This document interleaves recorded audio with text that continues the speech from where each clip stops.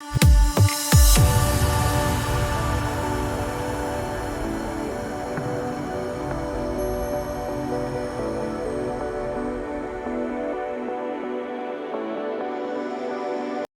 están? Muy buenas tardes, estimados estudiantes. Les saluda Brian Cárdenas del Instituto Latinoamericano.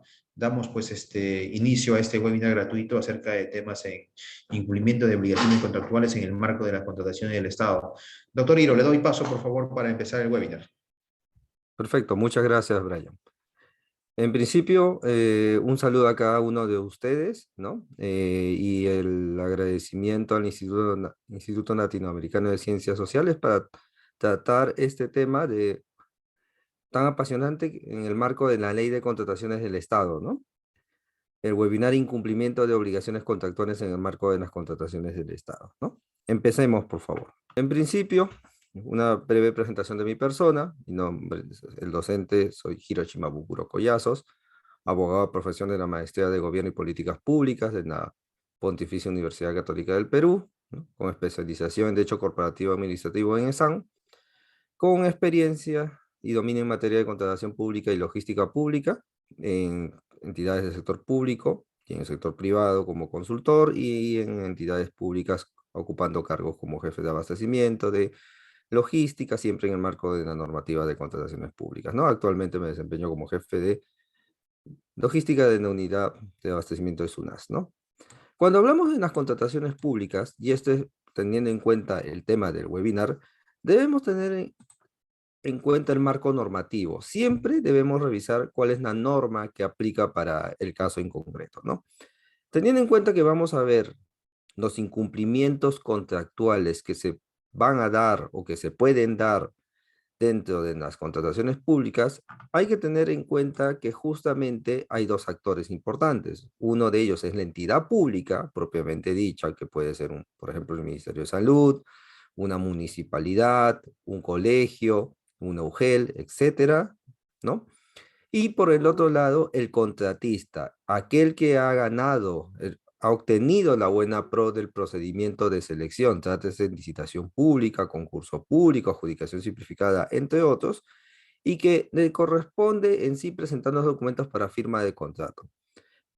Ese postor que cuando firma el contrato adquiere la calidad de contratista.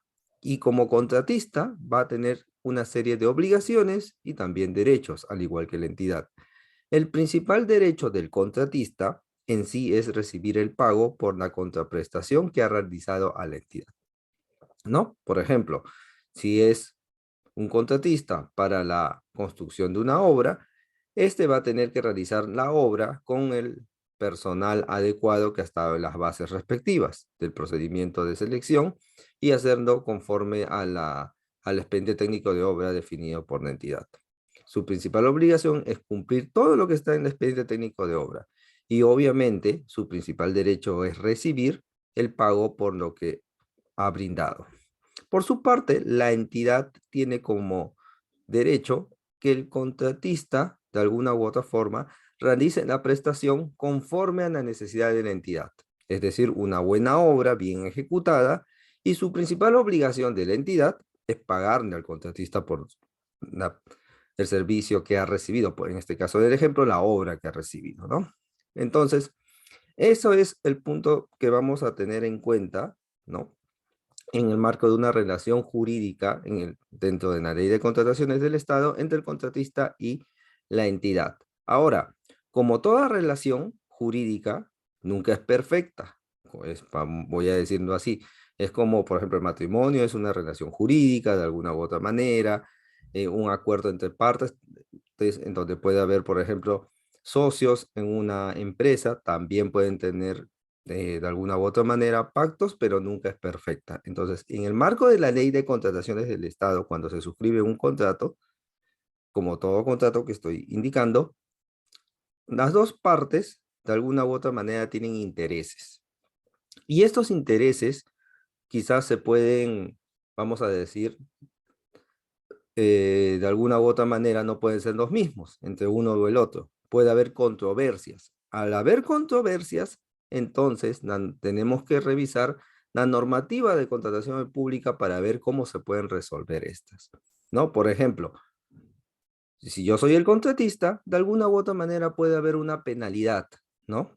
Eh, Como contratista, para mí, yo no he realizado el incumplimiento y por tanto, la penalidad que la entidad me intenta imponer no debería ser de esa manera, pero para la entidad sí. Entonces, ahí podemos tener de alguna u otra manera un conflicto. Entonces, tenemos que ver cómo se resuelve eso dentro del marco de la ley de contrataciones. Por eso es importante ubicarnos en el marco normativo. Entonces, el marco normativo nos señala lo siguiente respecto a la ley de, bueno, a las contrataciones públicas, ¿no? Tenemos nuestra Constitución Política del Perú, vigente a la fecha, ¿no? Del 31 de diciembre de 1993, que nos dice en el artículo 76 sobre la obligatoriedad de las entidades públicas para contratar mediante contrata y licitación pública. He ahí el primer tema normativo de la Carta Magna. Partiendo de ahí, tenemos al TUO, al texto único de la Ley de Contrataciones, que es la Ley 3025 y su reglamento, el mismo que ha sido aprobado por Decreto Supremo 82-2019 EF, las siglas del Ministerio de Economía y Finanzas. Y ya aterrizando el tema, tenemos la Ley de Contrataciones propiamente dicho, ¿no? Cuya última modificación ha sido, ¿no? A través del Decreto Legislativo 1444, en donde la ley de contrataciones nos marca una serie de pautas respecto a la forma de contratar por parte de la entidad pública, ¿no? Pero es muy general la ley es muy general. ¿Dónde vamos a encontrar los pasos, cómo se lleva a cabo cada uno de los procedimientos? ¿Cómo vamos a ver cómo se realiza, por ejemplo, una ampliación de plazo, una aplicación de penalidad, cómo se lleva a cabo un procedimiento de selección? En el reglamento. Toda norma jurídica tiene su ley y tiene su reglamento, en el cual el reglamento es la parte procedimental, vamos a decirlo así. Procedimental porque nos da la forma en que se ejecuta lo que se indica en los artículos de la ley. Ojo con eso, ¿ya? Es importante ello. Entonces, tenemos el reglamento de la Ley de Contrataciones del Estado, ¿no? Cuya última modificatoria se ha realizado a través del Decreto Supremo 162-2021 EF, el mismo que ocurrió el 25 de junio del 2021. Esa es la primera parte dentro del marco normativo, ¿no? Ya sabemos la norma, entonces ya podemos ubicarnos. Teniendo en cuenta ello, tenemos que saber cómo se lleva a cabo en sí la contratación pública. Ya a grandes rasgos, la norma de contratación pública nos dice que tenemos tres fases. Las actuaciones preparatorias. Estas actuaciones preparatorias se refiere a al inicio de la contratación por parte de la entidad. ¿A qué nos referimos con ello? Por ejemplo, si una entidad pública quiere adquirir sillas, entonces lo primero que tiene que haber es un requerimiento de sillas. En este requerimiento, que va a ser para la contratación de sillas, debe estar contenido a través de unas especificaciones técnicas en donde se detallan las características técnicas mínimas de las sillas, la cantidad de las sillas, la forma de, vamos a decirlo así, la forma de pago, ¿no? La conformidad, ¿cuál es el área que va a dar la conformidad? La forma de entrega, es decir, si va a ser, por ejemplo, 1000 sillas, se entregará en una sola oportunidad, se realizará en dos partes, en tres partes, en cuatro partes, ¿no? Eso debe estar bien definido para que justamente no haya problemas luego en la parte de la ejecución contractual. Tiene que haber estado definido también de alguna u otra manera, por ejemplo, el tema de, vamos a decirlo así, de todas las características técnicas, ¿no? Entonces, en estas especificaciones técnicas, en el caso de las sillas, debe estar todo previsto de alguna u otra manera. Porque con ese requerimiento, lo que va a hacer, de alguna u otra manera, el órgano encargado de las contrataciones de la entidad, es que va a poder realizar en sí la indagación de mercado, el estudio de mercado, para saber el costo que podría demandar esa contratación. Debo priorizar los recursos presupuestales suficientes y de alguna u otra manera, teniendo ello, va a poder saber el tipo de procedimiento de selección en virtud al monto que puede ello suceder. Entonces, terminado con ello, vamos a tener nuestra aprobación del expediente de contratación. Con esta aprobación del expediente de contratación, entonces, el órgano encargado de las contrataciones, que es logística, ya no se encarga de ello. Entonces, remite todo lo actuado al comité de selección.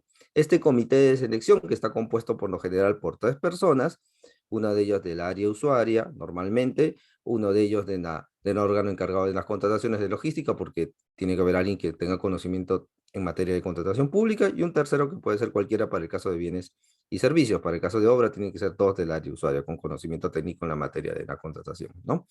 Teniendo en cuenta ello, este comité de selección lo que va a realizar es la conducción del procedimiento, de la licitación, del concurso, de la adjudicación simplificada del tipo de procedimiento de selección según corresponda.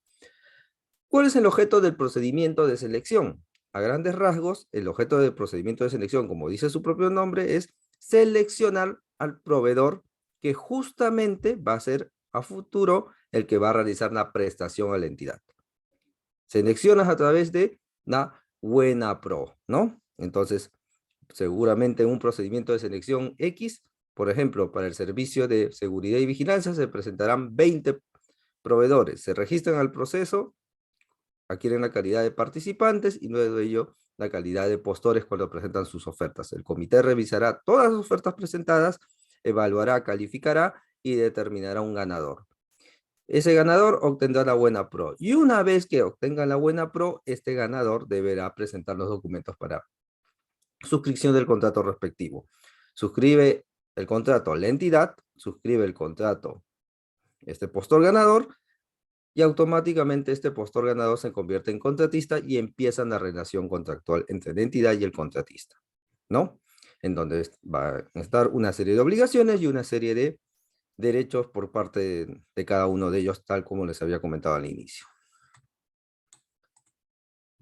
Acá tenemos entonces que los actores en la ejecución contractual va a ser por un lado el contratista y por el otro lado la entidad pública. Y la entidad pública dentro de ella tiene una serie de actores importantes, como por ejemplo en el contrato, por ejemplo en el de seguridad y vigilancia, en una de las cláusulas del contrato dirá sobre la conformidad y quién se encarga de emitir la conformidad y quién se encarga de alguna u otra manera también de supervisar el contrato.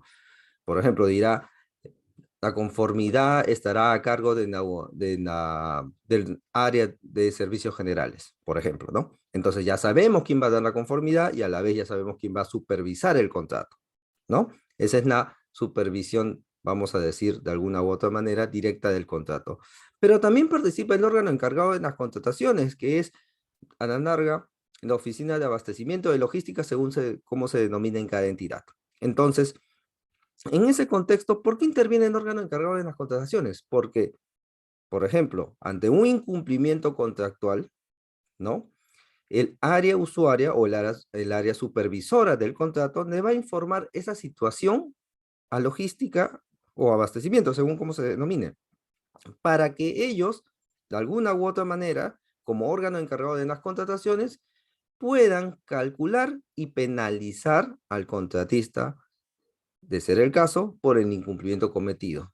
O en su defecto, si no se puede penalizar, exhortar al contratista el cumplimiento de sus obligaciones, dejando de hacer, pidiéndole que deje de hacer la situación que está generando el incumplimiento de alguna u otra manera, ¿no? Hay que tener en cuenta, y como vamos a verlo más adelante, en unos momentos, que no todo incumplimiento es objeto de penalidad, lo cual voy a explicar en unos momentos. Teniendo en cuenta que el contrato ya está, vamos a decirlo así, ¿no? De alguna u otra manera, suscrito, debemos saber también cómo puede materializarse un contrato. Un contrato se puede materializar de la siguiente manera: a través del documento propiamente dicho que se denomina contrato, o a través de una orden de compra o a través de una orden de servicio. La pregunta es, profesor, ¿y en qué casos nosotros vamos a suscribir un contrato y en qué casos nos corresponde emitir una orden de compra o una orden de servicio? Pues bien, cuando en el caso de bienes y servicios, cuando el monto de la contratación es hasta 200.000 soles, entonces puedes emitir orden de compra u orden de servicio. Si supera ese monto, la obligación es suscribir un contrato, un papel en donde diga, consta a través del siguiente contrato, el contrato de seguridad y vigilancia suscrito por la entidad X, representado por Pepito o por Juancito, ¿no? Y además suscrito también por otra parte por el proveedor Pepito Pérez, ¿no? Con número de DNI y XXX. Entonces, ese es un contrato propiamente dicho, ¿no? Eso es para el caso de bienes y para el caso de servicios, ¿no? Ahora, profesor, yo puedo suscribir una orden de servicio si tengo, por ejemplo, he ganado una obra y la obra es menor a 200.000 soles, es decir, hasta, por ejemplo, 190.000, no, porque lo que yo les estoy diciendo que el contrato se puede materializar a través de orden de compra o orden de servicio, hasta los 200.000 soles es para bienes y servicios. Si tienes una obra, ¿no? Entonces, de todas maneras, se tiene que suscribir el contrato de obra, ¿no? No puede materializarse a través de una orden de compra o a través de una orden de servicio. Eso lo dice claramente la norma, ¿no? Ahora, dentro del contrato, como habíamos conversado o como les estoy explicando netamente, sucede de que toda relación siempre hay, vamos a decirlo así, inconvenientes. ¿Por qué? Porque obviamente cada una de las partes tiene sus propios intereses, ¿sí? ¿No? En tal contexto, lo que va a suceder es lo siguiente. ¿Qué pasa si es que hay un incumplimiento por parte de una de las partes? Por ejemplo, tenemos un contrato de seguridad y vigilancia en donde la empresa, vamos a decirlo así, los halcones, le viene realizando ese servicio a un ministerio X, el Ministerio de la Felicidad, vamos a decirlo así. Entonces, ¿qué tenemos que revisar? Lo siguiente, las famosas penalidades. Entonces, hay dos tipos de penalidades en sí que está previsto en la normativa de contratación pública. ¿Cuáles son estas? La penalidad por mora y las otras penalidades. Entonces, la penalidad por mora es una penalidad que de todas maneras siempre está en el contrato. Es decir, está en, en cualquier tipo de contrato, siempre está esa cláusula de la penalidad por mora. Mientras que las otras penalidades no, porque esas en sí tienen que ser establecidas desde el requerimiento del área usuaria. Es decir, habíamos hablado que había una parte que es las actuaciones preparatorias y que toda contratación inicia con la formulación del requerimiento por parte del área usuaria. Este requerimiento es integrado por los términos de referencia en el caso de servicios y para el caso de bienes por las especificaciones técnicas. Entonces, ese requerimiento puede contener en alguna de las condiciones un apartado que diga otras penalidades, como por ejemplo, en el servicio de seguridad y vigilancia, puede ponerse lo siguiente, ¿no? Un tipo de penalidad puede ser el tema de que si un agente de seguridad no cuenta con la licencia, vamos a decirlo así, habilitada y está vencida, entonces es un tipo de penalidad, ¿ya? Ahorita lo vamos a explicar con mayor detalle. A ver. La penalidad por mora tiene las siguientes características. En principio, ¿cuándo se aplica la penalidad por mora? Se aplica cuando hay un incumplimiento por parte del contratista, cuando no entrega a tiempo la prestación que está a su cargo. Es decir, tenemos, por ejemplo, vamos a decirlo así, un contrato con un proveedor para que brinde o entregue sillas a la entidad dentro de un plazo de 10 días. Llega el día 10 y el contratista no entregó en sí las sillas, ¿no? El área usuaria llama al almacén de la entidad y le dice, oye, ¿sabes qué, almacenero? Una consulta. Llegaron a la empresa X y almacenó o ingresó las sillas y el almacenero le dirá, no, no ha llegado las sillas. Entonces, van viendo ese tema y llega un día que el contratista no llegó y ahí pasa un día y es el primer día de penalidad. No llega el otro día, segundo día de penalidad. Y así sucesivamente la penalidad se va calculando por cada día de atraso. Eso hay que tenerlo en cuenta. Por eso se llama penalidad por mora. Como ya les había comentado, la penalidad por mora está fijada en todos los contratos sin excepcionalidad, tanto de bienes, servicios u obras. Otra de las características de la penalidad por mora es que lo máximo que se puede cobrar es hasta el 10% del contrato vigente. Por ejemplo, yo tengo un contrato cuyo monto es 100.000 soles y sucede que ese contrato, en el caso de las sillas, el mismo ejemplo, es por 100.000 soles el monto. Llega un día, el contratista no está establecido que tiene que entregarme las sillas en 10 días como máximo y llega el día 10, no entrega. Llega el día 11, no entrega. 12 tampoco, 13, 14 y así sucesivamente. Y sucede que el contratista no me entrega ese tema. Pero llega el día 19 y el contratista entrega las sillas. Entonces, la entidad verifica y entonces hace su cálculo y ve que el contratista cometió 9.000 soles de penalidad, ¿no? Entonces, teniendo en cuenta que mi contrato era por 100.000 soles, perdón, sí, por 100.000 soles, entonces el 10% de lo máximo que yo puedo cobrar de penalidad es 10.000 soles, en el ejemplo que les estoy dando. Entonces, sucederá que yo sí puedo cobrar al contratista entonces por los 9.000 soles. Pero, ¿qué pasa si el contratista cometió penalidades, tantas penalidades que éstas llegan a acumular, por ejemplo, en nuestro propio ejemplo, 15.000 soles? ¿La entidad le podrá cobrar los 15.000 soles? No. ¿Por qué no le puede cobrar? Porque la norma establece que justamente yo le puedo cobrar por penalidad el máximo del 10% del contrato. No puedo hacer más. Profesor, ¿y qué hago ante ese contexto? Bueno, le cobran los 10.000 soles y verán la entidad si es que de alguna u otra manera le resuelve o no le resuelve el contrato más adelante, ¿no? Porque cuando superas el máximo de penalidad, la entidad tiene la posibilidad de resolver el contrato o no. Eso hay que tenerlo en cuenta, ¿ya? Eso lo vamos a hablar en la resolución. Bueno, eso es en el caso de la penalidad por mora, ¿no? Ahora, entre otros casos también, ¿qué más es una característica de la penalidad por mora? Que tiene que calcularse a través de la fórmula prevista que está justamente al costado, ¿no? Ahí hay una fórmula de penalidad que es, por ejemplo, si hay 5 días de penalidad, si mi contrato es por 100.000 soles, por ejemplo, la penalidad diaria tendría que ver cuánto sería. Por ejemplo, son 5 días de penalidad, entonces yo hago mi formulita, entonces el 0.10 por el monto vigente, 100.000 soles, entre F, que es F, de alguna u otra manera, el factor, que puede ser 0.40 o 0.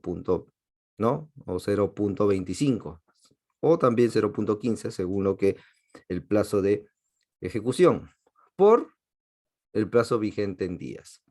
Esa formulita me va a arrojar la penalidad diaria. Si, por ejemplo, la penalidad diaria me bota 200 soles, entonces yo tengo que multiplicar esta penalidad diaria, el resultado, por los días de atraso. Si los días de atraso fueron 5, multiplico los 200 por 5 y me dará el total de la penalidad, ¿no? Eso es, de alguna u otra manera, lo de la penalidad por mora. Eso hay que tenerlo en cuenta.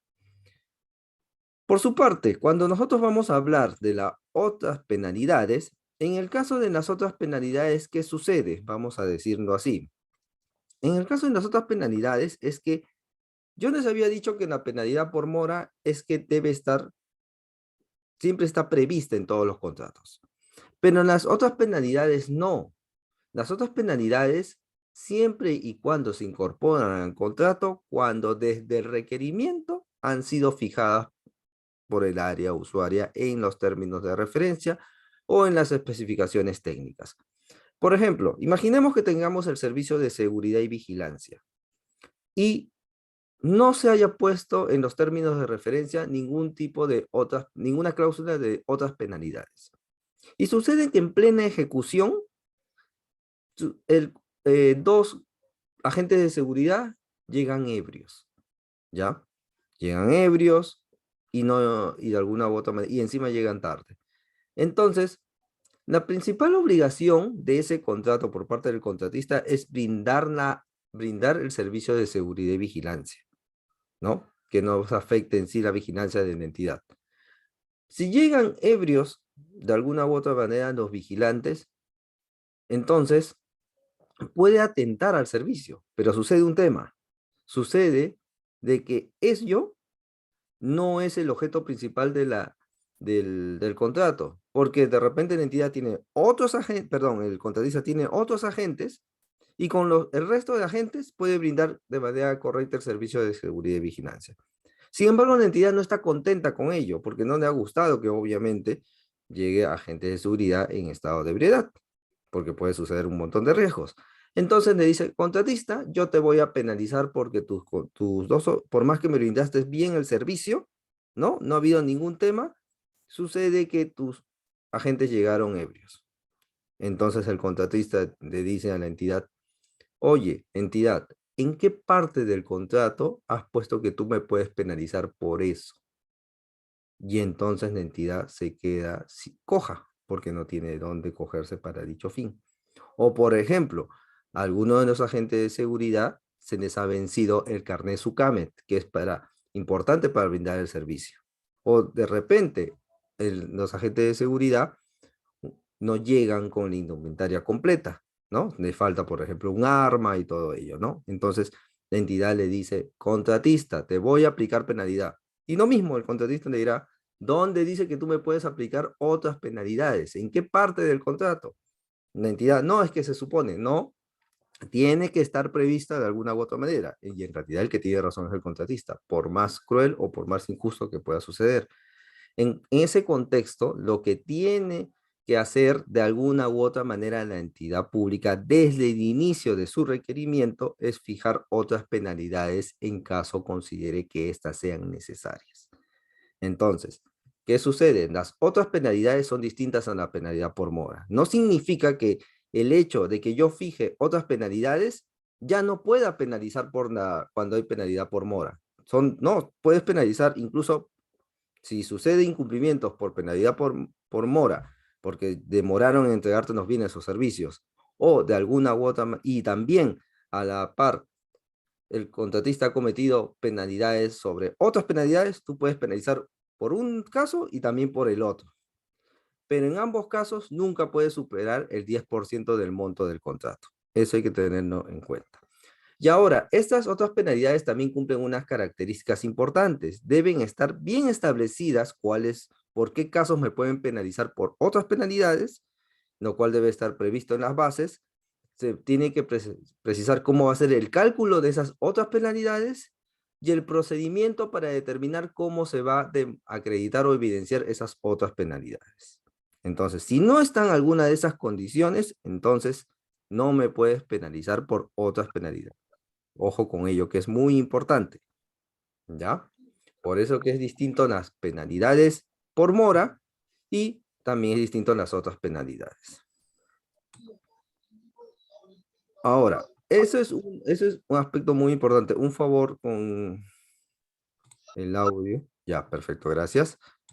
Entonces, eso es muy importante, ¿no? Ahora, ¿qué pasa si, por ejemplo, sucede que yo a un contratista no penalizo porque me está realizando, en realidad ya tenemos el contrato suscrito, y el contratista, de alguna u otra manera, comete un incumplimiento, ¿ya? Por ejemplo, es un incumplimiento de alguna u otra manera que le advierto una vez y le aplico una penalidad, ¿no? Luego le vuelvo a aplicar penalidad, penalidad, penalidad, penalidad y penalidad. Y llega a acumular el máximo del 10%, ¿no? Del monto del contrato. Sucede que hay una herramienta que puede utilizar. ¿Cuál es esa? La resolución del contrato, lo cual vamos a ver más adelante, en estos momentos. La resolución del contrato se da por algunas causales. ¿Cuáles son estas? Previamente a entrar a ello, voy a dar un ejemplo. Sucede que de alguna u otra manera he contratado a un consultor, la entidad contrató a un consultor para que realice en sí un servicio, valga la redundancia, de consultoría para, vamos a decirlo así, el mapeo, ¿no? De los puestos de trabajo en la entidad pública, ¿no? De esa entidad pública, ¿no? Entonces, para que pueda realizar su prestación, la entidad le brinda al contratista cierta información confidencial que es propia de la entidad y obviamente en una de las cláusulas del contrato, ¿no? O en las cláusulas de los términos de referencia se ha establecido de que esa información que es confidencial solamente puede ser utilizada para fines, ¿no?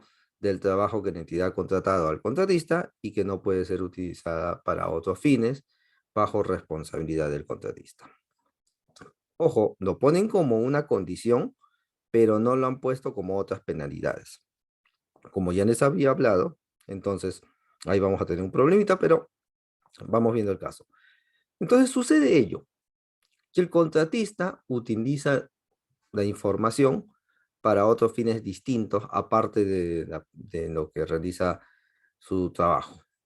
Y la entidad toma conocimiento de ello. Entonces, la entidad verifica, entonces, y dice, oye, ¿sabes qué? Logística o abastecimiento, revísame el caso. Y el órgano encargado de las contrataciones, en coordinación con su área legal, revisan el caso y dicen, efectivamente, hay un incumplimiento del contratista, pero ¿sabes qué? No lo podemos penalizar. ¿Por qué? Porque no ha sido puesto como otras penalidades. Y entonces el área usuaria le dirán a logística y a legal, entonces nos quedamos de brazos cruzados, no podemos hacer nada. No, legal y logística en coordinación le dicen, si bien es cierto que no podemos penalizar, lo que sí podemos hacer es mandarle un documento al contratista exhortándole que deje de utilizar la información de la entidad para fines que son ajenos al trabajo que se le ha contratado, ¿no? Y que corrija esa situación. Entonces, el contratista persiste en la acción y la entidad toma conocimiento de ello. Entonces, la entidad como ya le hizo de alguna u otra manera la exhortación, pero el contratista sigue cometiendo ese incumplimiento porque el contratista piensa, no me van a penalizar, no va a pasar nada. Entonces, la entidad toma la decisión de resolverle el contrato por incumplimiento. ¿Lo que ha realizado la entidad está bien o está mal? En realidad está bien. Pero sucede un tema, que muchas veces puede hacerlo, la entidad puede tener razón e inclusive puede tener, vamos a decir, no motivos justificados para dicho fin y la ley no ampara. No obstante, es necesario conocer el procedimiento, ¿no? Para realizar esta resolución del contrato, porque muchas veces a la entidad pública se les caen las resoluciones del contrato en los arbitrajes cuando se demuestra de que el procedimiento que realizó para la resolución fue incorrecto. Entonces puede tener la razón, pero el procedimiento que realizó fue incorrecto, vulnerando la norma. Entonces ahí se le cae justamente el caso y más bien por ejemplo, en una controversia, a veces el contratista le gana el caso a la entidad, que por lo general sucede, ¿ya? Entonces veamos, en una resolución del contrato, ¿cuándo se puede dar? Según la norma de contratación pública, indica que las causales son cuando hay un incumplimiento injustificado por alguna de las partes y pese a haberse requerido que ello sea, vamos a decirlo así, subsanado, ¿no? Entonces, es el ejemplo que ya les había dicho hace un momento, ¿no? Le digo al contratista, oye, ¿sabes qué? Estás cometiendo un incumplimiento contractual, por favor, deja de persistir en ello. Y el contratista continúa realizando ello, ¿no? Entonces ya le da a la entidad una posibilidad de resolver el contrato, ¿no? ¿Cuál es otra causal? Cuando hay una acumulación máximo de penalidades, ¿no? Cualquiera de los dos tipos, o el de mora o el de otras penalidades. Es decir, yo ya les había dicho que en la entidad pública, por ejemplo, hay una penalidad por mora. Entonces, hay un contrato de sillas, el contratista de alguna u otra manera tiene que entregar las sillas en un plazo máximo de 10 días, pero pasa tanto tiempo que después, por ejemplo, no lo realiza o simplemente es que sí entrega, pero, por ejemplo, superó el 10% del contrato. Eso le da posibilidad a la entidad de resolver el contrato de alguna u otra manera, ¿no? Otra causal, por una paralización o reducción injustificada de la prestación pese a haberse requerido corregir ello. Por ejemplo, en el servicio de limpieza sucede que la entidad pública ha contratado al contratista para que realice este servicio con un total de 20 operarios de limpieza. Pero sucede que el contratista en una de esas, la entidad hace una visita inopinada, ¿no? A través y verifica que el contratista solamente está atendiendo el servicio con 15 operarios. Entonces, la entidad le paga por 20, pero el contratista está haciendo por 15. Entonces, ahí hay una viveza del contratista. La entidad se da cuenta y le dice, contratista, ¿sabes qué? Corrígeme esta situación. Y lo corrige en ese momento. Pero ¿sabes qué sucede? Al día siguiente o más adelante persiste en lo mismo. Entonces, la entidad ya le ha exhortado al contratista que cumple. Entonces, la entidad tiene una posibilidad de resolver el contrato porque el contratista ha persistido en la reducción injustificada de la prestación, ¿no?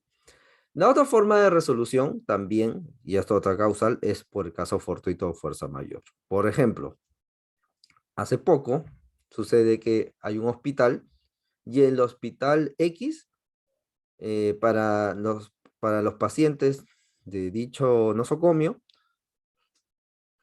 prepara alimentos, pues no, las raciones alimentarias, ¿ah? A los pacientes que están hospitalizados. Y para dicho fin necesita en sí víveres, ¿no? Y sucede que se contrató un contratista para dicho fin, la empresa Víveres AC. Pero Víveres AC y tiene un plazo para traer, por ejemplo, los bienes, ¿no? Los víveres en un plazo de 10 días o 20 días. Pero Víveres AC no puede llevarlo. ¿Por qué? Y la entidad verifica por qué no puede y Víveres AC le dice, no puede, le manda una comunicación diciéndole a la entidad, no puedo llevar los bienes porque hay una huelga, lo que ha sucedido hace poco, y no puedo llegar. Y no sé cuándo voy a llegar, porque no sé cuándo va a resolverse este problema. Entonces, ahí sucede que la entidad le puede dar una ampliación de plazo al contratista hasta que se solucione esta situación, porque no es culpa del contratista, es ajena a su voluntad, es un caso fortuito netamente, y tampoco es culpa de ninguna de las dos, sino es una situación coyuntural, ¿no? Entonces, en ese contexto, puede darle una ampliación de plazo, o en su defecto, la entidad le puede decir, ¿sabes qué? Acá hay un contratista que sí puede hacerlo, ¿no? De repente, y voy a contratar con ese o me voy a abastecer eso porque yo no me puedo quedar paralizada de brindar el servicio porque tengo pacientes y eso puede generar un daño a la salud. Pero contigo, sabes que como lamentablemente ya no me voy a utilizar tus bienes que yo te tenía contratado, pero no es tu culpa, entonces resolvamos de mutuo acuerdo el contrato. Entonces, por caso fortuito fuerza mayor, los dos resuelven el contrato. Entonces es una forma también, ¿no? Ahí sí no hay responsabilidades de ninguno. Ahora, lo que les había dicho, hay un procedimiento previsto para dicho fin. ¿Cómo se realiza esto? Por ejemplo, para los tres primeros casos, ¿no? Inclusive para el cuarto caso también, pero vamos a irnos primero por los tres iniciales, el incumplimiento injustificado de las partes, sucede lo siguiente. La entidad verifica, por ejemplo, en el caso del Servicio de Seguridad y Vigilancia, verifica que el contratista sí ha realizado, por ejemplo, el servicio en vez de 20 operarios, con 15 nada más, entonces le mando una carta notarial, ojo, notarial, apercibiéndole, exigiéndole que tu contratista me puedas de alguna u otra manera brindar el servicio como corresponde, con los 20 y no con los 15 operarios, ¿ya? Y te puedo dar un plazo máximo de 5 días para que tú vayas a corregir esa situación. Si el contratista no cumple con ello, entonces la entidad le puede mandar una segunda carta notarial diciéndole: hasta acá quedó nuestro contrato. Ya fue nuestro contrato y te estoy resolviendo por incumplido. ¿Ya?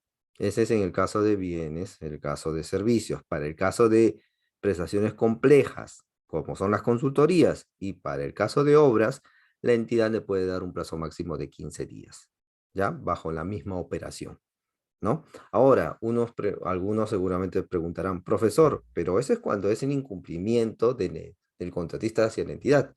Y cuando es en incumplimiento de la entidad, porque usted sabe que hay entidades que son bien demoronas en pago, o incluso hay entidades conchudas que no nos pagan cuando ya realizamos la prestación, ¿qué se hace? Lo mismo, porque en la resolución del contrato no habla solamente de la entidad, sino cuando dice que hay un incumplimiento también de las partes. Ahí mismo dice incumplimiento injustificado de alguna de las partes. Por ejemplo, yo tengo mi empresa brindó el servicio a la entidad conforme a lo que estaba previsto en los términos de referencia, y la entidad no me paga, que es su principal obligación y es mi principal derecho, ¿no?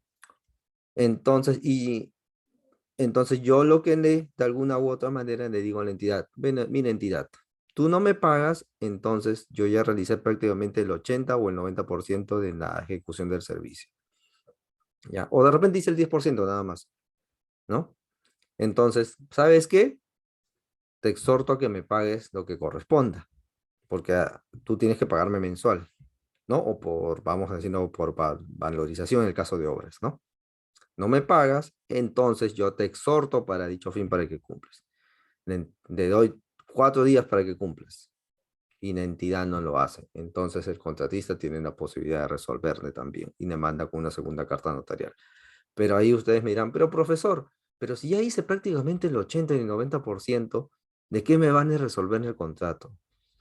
Porque si no, la entidad se va a quedar con todo. Claro, pero lo que puedes hacer es resolverle y interponer el recurso que se llama el arbitraje, en donde le vas a hacer un arbitraje en entidad por resolución del contrato y porque estás demandando en sí que te pague justamente los daños, lo que te debe por la ejecución, y aparte de inversión que estás haciendo en este arbitraje, ¿no? Entonces, eso sucede. Lo mismo porque eso es así. Ahora, por ejemplo, en un servicio de periódico como seguridad y vigilancia o limpieza, también opera lo mismo, como por ejemplo, tienes un contrato de 12 meses y mensualmente, o sea, todos los días te das el servicio, ¿no? Por 12 meses, pero ya estás en el primer mes, el pago es mensual. El primer mes, la entidad te paga, el segundo no te paga, el tercero no te paga y el cuarto no te paga. El quinto ya tartaste como contratista y dices: oye, me estás debiendo 3 meses y encima yo le tengo que pagar a mi gente, porque si yo no le pago a mi gente, ellos no te van a brindar el servicio, y encima que no me pagas, me vas a penalizar diciéndome que no te estoy brindando el servicio. Entonces, veo la pertinencia de justamente continuar con ese contrato o no, pero obviamente hago el procedimiento de resolución de contrato de ser el caso, ¿no? De alguna u otra manera. Ahora, profesor, ¿y siempre se tiene que mandar las dos cartas en todos los casos? No necesariamente. Por lo general sí, pero hay dos excepciones que te dicen la norma. Por ejemplo, cuando no debes mandar. Es decir, puedes resolver con una sola carta notarial. ¿Cuándo? Por ejemplo, cuando el incumplimiento del contratista no pueda ser revertido de ninguna forma. ¿Qué quiere decir eso? Por ejemplo, para que se entienda mejor, yo tengo el servicio el tema el contrato para que un proveedor me entregue en las sillas. El contratista no me entregó a tiempo, ¿no? No me entrega, llega el día 10, no lo hace, el día 11, 12 y llega el día 13. Llega el día 13 y de alguna u otra manera el contratista me entregó, ¿no? Pero con penalidad. Y si la penalidad de alguna u otra manera supera el tema de la mora, ¿no? Entonces yo le voy a hacer las dos cartas. Pero hay un caso muy particular que justamente quería marcar este tema. Por ejemplo, sucede antes, bueno, con la pandemia hubo un problemita, ¿no? Por el tema de la presencialidad, pero ahora ya se está reincorporando todo poco a poco en determinadas entidades. Por ejemplo, ¿cuál es la festividad que más se va más próxima? El Día de la Madre. Normalmente en las entidades públicas siempre hacen un homenaje a las madres de su entidad por un reconocimiento y contratan el servicio de coffee break, ¿no? En esos que son bocaditos, sanguchitos y todo ello, ¿no? Y sucede que contratan a un contratista para ello. Y el contratista, es un viernes, por ejemplo, la celebración, ¿no? Y el contratista no llegó ese día, ¿no? Y llega el lunes siguiente, o sea, al próximo día hábil, y llega con los bocaditos y todo, y le dicen a la entidad, oye entidad, mira, está bien, yo no te entregué los bocaditos el viernes, pero he venido 3 días después, por sábado, domingo y lunes. Y acá tengo todos los bocaditos. Entonces, si, está bien, no llegué al tiempo, pero penalízame pues, finalmente. Y además no supero el 10% del contrato. Entonces, no me puedes resolver, ¿no? Solamente penalízame. La entidad verá esa situación y dirá, oye, ¿de qué me valen los bocaditos ahorita? ¿De qué me vales de que me entregues todo si es que ya pasó el evento? Entonces, tú has cometido un incumplimiento y tu incumplimiento es insalvable, porque a mí ya no me sirve tu prestación. En cambio, si tu prestación, como en el caso de las sillas, que llegaste tarde y de alguna u otra manera, yo sí te puedo aplicar penalidad porque voy a seguir utilizando las sillas y no hay ningún problema, entonces yo solamente te penalizo y punto. Pero en este caso concreto del coffee break, que tú has llegado 2 o 3 días después y pretendes que yo te penalice nada más, eso no funciona así, simplemente que a mí ya no me sirve tus bocaditos porque ya pasó el evento y ya no tiene sentido que yo tenga los bocaditos. Tu incumplimiento es irreversible y por tanto solo te mando una carta notarial, ya no dos, solamente una, diciéndote que se resuelve tu contrato y además de ello, cada vez que hay una resolución de contrato que traiga responsabilidades, la entidad tiene que mandar ello al Tribunal de Contrataciones del Estado para que el tribunal pueda hacer el procedimiento administrativo sancionador y verifique si puede sanciona o no, según el caso, al contratista. El contratista, en caso, por ejemplo, hay un incumplimiento de la entidad, no puede mandar ello al Tribunal de Contrataciones del Estado, porque el Tribunal de Contrataciones del Estado solo sanciona a contratistas, no a las entidades. Ojo con ello, ¿ya? Por eso que ahí hay una desventaja, como se puede decir en la balanza, ¿no? ¿Qué acciones puede hacer las partes, ¿no? Tanto el contratista como la entidad, respecto a la aplicación de la penalidad o la resolución del contrato? De acuerdo al artículo 45 en su numeral 45.1, se establece que en las controversias que surjan entre las partes, tanto el contratista como la entidad, ¿no? Pueden resolverse a través de arbitraje o conciliación. O sea, primero es el trato directo, ¿no? Obviamente se juntan las dos partes, por ejemplo, el representante del contratista, ¿no? Se acercará a la entidad, ¿no? Se citarán mutuamente, ¿no? Para que puedan resolver la controversia que tienen en principio, ¿no? El contratista dice, oye, esa penalidad no me corresponde, el, la entidad dice que sí, ¿no? Entonces van viendo, van verificando, y si en el trato directo ven que, no, que efectivamente llega a una solución, entonces ahí queda el tema. Pero si de alguna u otra manera persiste el tema de la controversia, entonces la parte afectada puede recurrir a la conciliación o al arbitraje. No puede irse al Poder Judicial, porque justamente hay una cláusula en el contrato que indica que la forma de solución de controversias es cualquiera de estos mecanismos de solución de conflictos alternativos. ¿Ya? Ese es uno. ¿Qué pasa? Ese es en el caso de, por ejemplo, en cualquier controversia, ¿no? Una mala aplicación de penalidades, una resolución del contrato. Por su parte, el numeral 166.3 del artículo 66 establece que cualquier controversia, ¿no?, relacionada a la resolución del contrato, acá habla netamente de la resolución del contrato, también puede irse a conciliación o arbitraje. Dentro de los 30 días siguientes de notificar la resolución. ¿Cómo funciona esto? ¿Qué quiere decir? La entidad le mandó su segunda carta al notarial al contratista diciéndole te resuelvo el contrato, ¿ya? Y el contratista recibe ello. Desde que recibió la notificación, tiene 30 días hábiles el contratista para oponerse a la resolución, pudiendo aplicar o recurrir a la conciliación o al arbitraje. Si pasa dicho plazo, entonces la resolución ha quedado consentida. Es decir, quiere decir que el contratista está de acuerdo con la resolución.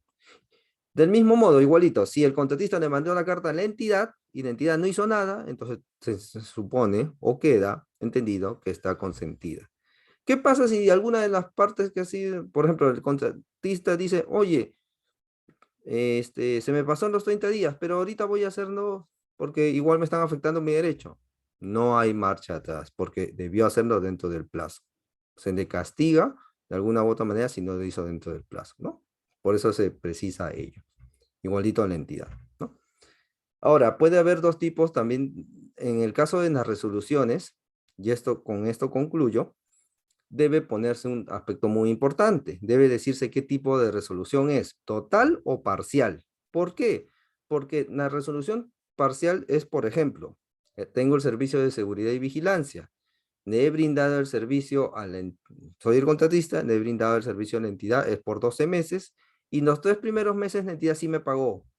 Entonces ya estoy en el mes 6 y en el mes 4, 5 y 6 la entidad no me ha pagado y por ello yo le resuelvo el contrato. Entonces, pero le digo en la carta que la resolución del contrato es parcial. ¿Por qué parcial? Porque no le estoy resolviendo todo el contrato, sino desde el mes cuarto para adelante, porque el mes 1, 2 y 3 sí me ha pagado. Entonces, obviamente, la resolución es parcial, porque desde el mes 3 que no me paga, entonces del 4 al 12, eso ya queda resuelto.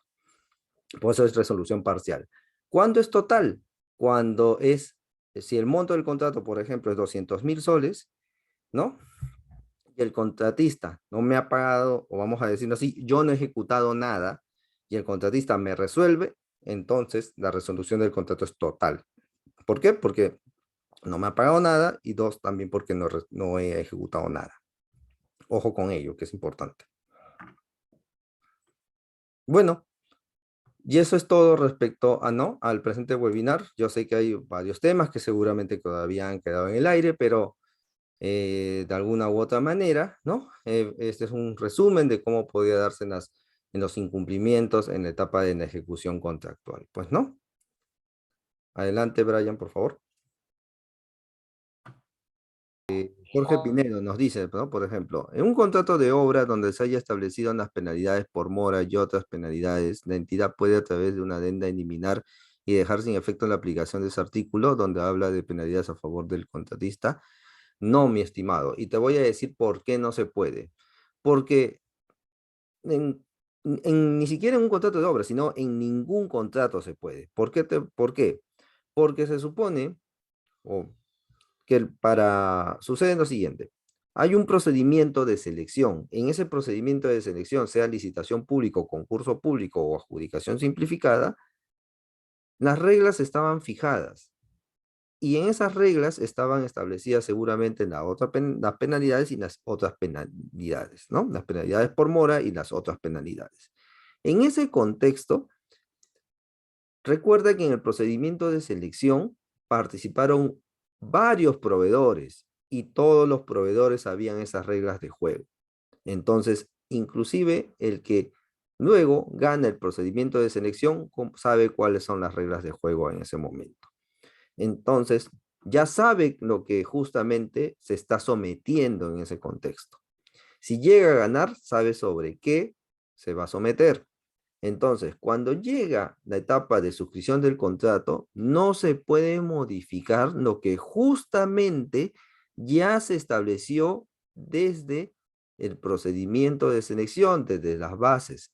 Eliminarlo a través de una adenda en el futuro es privilegiar y darle favores al contratista, lo cual no está permitido en la normativa, porque de alguna u otra manera aquellos que participaron en el procedimiento y no ganaron, también podrían verlo como un evidente favorecimiento al ganador en ese contexto, ¿no? Eso es en contexto, en ningún contrato a futuro puede eliminar las penalidades que han estado establecidas en el contrato, o perdón dicho, en las bases, ¿no? En el requerimiento. Ya, eso es uno. Tu segunda pregunta dice, si en un contrato de obra la entidad no coloca en el contrato el artículo de penalidades, ¿se puede en la ejecución de obra aplicar la penalidad por mora, así no está indicado en el contrato? Sí. ¿Por qué? Porque como les había comentado, así no esté en el contrato, la penalidad por mora sí o sí forma parte de la relación contractual. Normalmente siempre está en los contratos, ¿ah? Y siempre debe estarlo. Y si en un momento dado la entidad cometió el error de no ponerlo, recuerda que hay una cláusula que dice partes integrantes del contrato. Y una de las partes integrantes no solamente es el contrato, sino también los términos de referencia, las especificaciones técnicas y así también las bases. Y seguro ahí ha sido fijado. Entonces la penalidad por mora sí o sí se tiene que aplicar, está presente en todo contrato. Caso contrario es el de las otras penalidades, porque si no está allí, entonces no se puede aplicar ella, ¿no? Y tampoco se puede incorporar. Así como no se puede retirar, tampoco se puede incorporar, ¿ya? Ojo con ello. Luego viene una pregunta de Carlos Aldezábal, ¿no? Aldazábal, que dice, ¿en el cálculo de la penalidad se le aplica el IGB o no? Sí, se aplica con todo el IGB. Eso hay que tenerlo en cuenta, porque incluso cuando, ¿por qué? Porque cuando un proveedor o un postor remite su oferta en el procedimiento de selección, remite el monto, incluyendo todos los impuestos, todos los tributos, y en ese contexto también todo el IGB. Entonces, cuando se dice el monto contratado es el todo. Entonces, en la aplicación de una penalidad también es incluyendo el IGB. Ojo con ello, ¿no? Y ahí veo otra pregunta, ¿no? De Luis Ayasta, que dice, buenas noches. ¿Podría precisar cuándo es un incumplimiento justificado y cuándo no es un incumplimiento justificado? Y creo que con esta pregunta cerraríamos, ¿no? Un cumplimiento justificado es, por ejemplo, en el caso del que te había puesto de un hospital que había contratado de alguna u otra manera los víveres, ¿no? Para que pueda dar a sus pacientes de alguna u otra manera las razones alimentarias. Pero sucede que el contratista no llega por producto de la huelga, no llega en el plazo. Es un incumplimiento que él está cometiendo en no entregar los víveres a la entidad, pero no es su culpa. ¿Por qué? Porque es un caso fortuito, una fuerza mayor que no llega por la huelga. Entonces, es un incumplimiento justificado. ¿Cuándo es otro ejemplo de incumplimiento justificado? Cuando tú contrataste al contratista para que te realice un determinado servicio, una consultoría, pero para dicho fin, en los términos dice que la entidad le tiene que dar los insumos, por ejemplo, cierta información.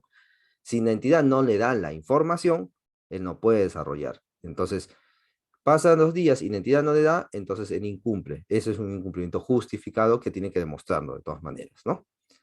Y cuando es injustificado, cuando, por ejemplo, en el caso de las sillas, ¿no? Te contraté para que me puedas entregar las sillas en un plazo de 10 días y no llegas. Y no llegas y no, o sea, no llegas por casos que están dentro de tu competencia, dentro de tu esfera, ¿no? Distinto a la huelga que sí es justificado, ¿no? Eso es de alguna u otra manera.